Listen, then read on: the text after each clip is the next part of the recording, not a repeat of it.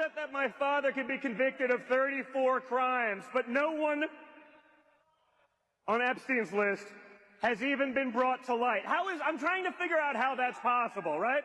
It's almost like they're trying to protect those pedophiles for some reason. I can't imagine why, right? Is the FBI protecting the greatest the largest scale pedophile in human history? Simple, because of who's on that list. Wow, Wired is now reporting that metadata analysis shows that nearly 3 minutes of footage were cut from what the DOJ and FBI claimed was the full raw surveillance video outside of Jeffrey Epstein's cell.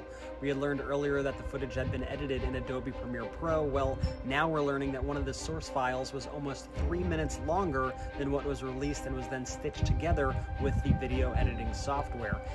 At the footage, remember, it's supposed to be the raw footage from Jeffrey Epstein's cell. Emotion, this is so transparent. You can watch this footage yourself. We're dropping 10 hours of raw footage for you to climb through. Turns out, actually, the footage was edited. Here's the story that broke and trended over this weekend. The headline is coming from Wired, and it tells us that the metadata shows that the FBI's quote-unquote raw Jeffrey Epstein prison video was likely modified. They took a look at the metadata that was embedded into the video. Wired took a look at this. They analyzed it, and their forensic experts concluded that rather than this being some direct export, which it would have to be raw footage from the prison surveillance system, the footage was modified.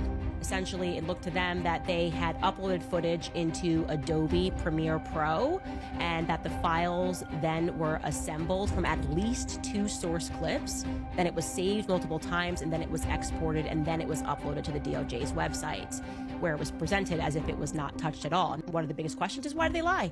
Why are they lying? Why refer to it as raw footage if you know that it was uploaded into a software? But if they wanted to be transparent, shouldn't we have seen in that footage some prison guards or correctional officers sprinting to his cell? So why didn't the DOJ show us just a little bit more action? Instead, what they presented to the public was footage that begins at 7:04 p.m.